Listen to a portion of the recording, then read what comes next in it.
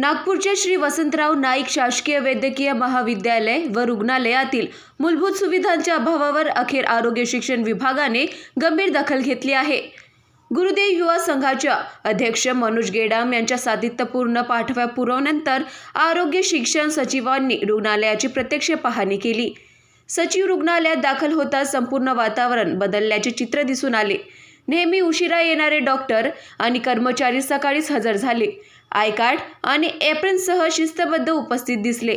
यावर मनोज गेडाम यांनी तुम्ही आलात म्हणून ही चमकोगिरी सुरू आहे, रोज भेट दिली तर खरी परिस्थिती समोर येईल असे स्पष्टपणे सचिवांच्या निदर्शनास आणून दिले। पाहणी दरम्यान रुग्णालयातील व्हीलचेअर, स्ट्रेचर, शुद्ध पिण्याचे पाणी, दिव्यांग सुविधा, नातेवाईकांसाठी निवास व्यवस्था आणि औषधांचा तुटवडा यांसारख्या गंभीर समस्या मांडण्यात आल्या। 16 वॉटर फिल्टरपैकी केवळ 2 सुरू असल्याचा मुद्दाही संघाने उपस्थित केला। याशिवाय काही शासकीय डॉक्टरांकडून खासगी प्रॅक्टिस केल्याचे पुरावे आणि प्रशासकीय अधिकारी संतोष झिंजे यांच्या कथित भ्रष्टाचाराबाबतही सचिवांसमोर सादर करण्यात आले। या सर्व प्रकरणाची विशेष समितीमार्फत चौकशी करण्याचे तसेच आवश्यक सुधारणा तातडीने करण्याचे आश्वासन आरोग्य शिक्षण सचिवांनी दिले आहे।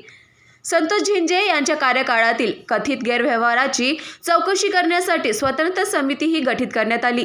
मात्र आश्वासनाची अंमलबजावणी झाली नाही तर गुरुदेव युवा संघ तीव्र आंदोलन छेडेल असा इशारा अध्यक्ष मनोज गेडाम यांनी दिला आहे।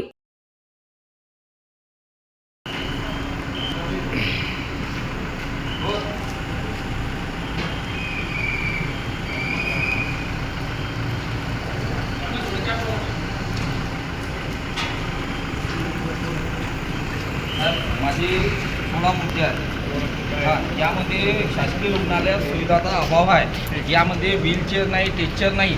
त्यानंतर हे जे डॉक्टर हे सर्व आहे दिव्यांगासाठी काहीच नाही आहे। त्यानंतर जेवण निष्कृष्ट बनवतात तिथे आज तुम्ही आले ते शेफ दिला आहे।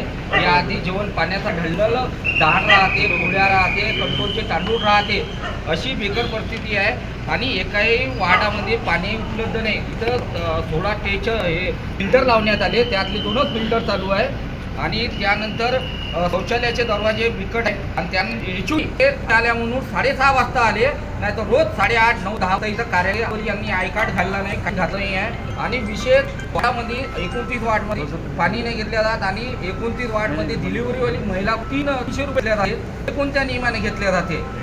विशेष यामध्ये अशी बाब आहे, 100 रुपये घेते आमच्याजवळ त्याचे पुरावे आहे। आणि यांच्याजवळ जे औषधी दवाखाना आहे तर औषधी यांना सर्वकडून रिबिक्जेक्शन झालं, सोडियमची बॉटल झाली, हे बाहेरून 300 रुपयाची खत घ्यायला।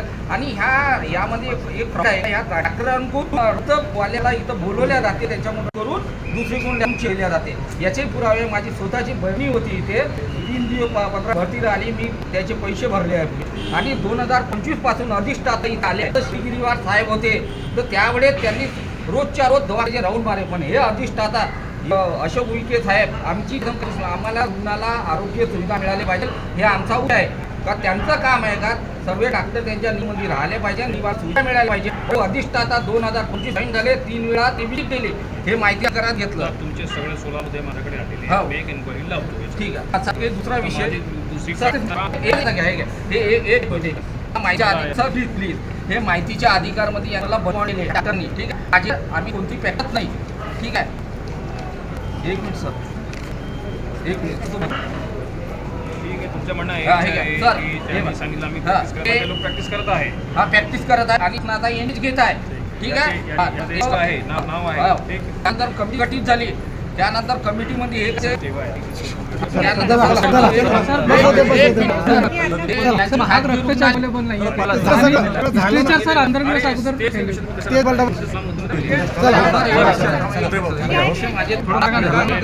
मला न्याय द्या, माहिती तुमच्याशी हे राहू द्या, हे तुमचे निवेदन साहेब हात मोकळा। मी मला सहकार्य करत आहे ना, तर सहकार्य तुम्ही करा, ठीक आहे ना। हा माझे मुद्दे आहे। हे आमचं जे नाव व्यक्ती आहे त्यांना हे तुमच्या आयुक्तांना आदेश दिले, माझ्या ताकद उपोषणला होत आहे बा। 1 मिनिट घेतो। पण 8/2025 रोजी कार्य संतोष झिंगे करा, 1/2 रोजी अरविंद लितकर यांना चार्ज द्या, हे मी मुंबईला आयुक्त आदेश निघाले। ह्या व्यक्ती कुठची सोडत नाही, या संतोष झिंगे ऐका, संतोष झिंगे काय करतो माझी प्लीज मला यायची अपेक्षा आहे। मिस्टर जिजे हो तुम्ही विचारून घ्या, ठीक आहे। मध्ये येऊन मी जरा तेच विचारलं, खूप तक्रार आहे, मी येऊ शकतो। माझी विनंती आहे।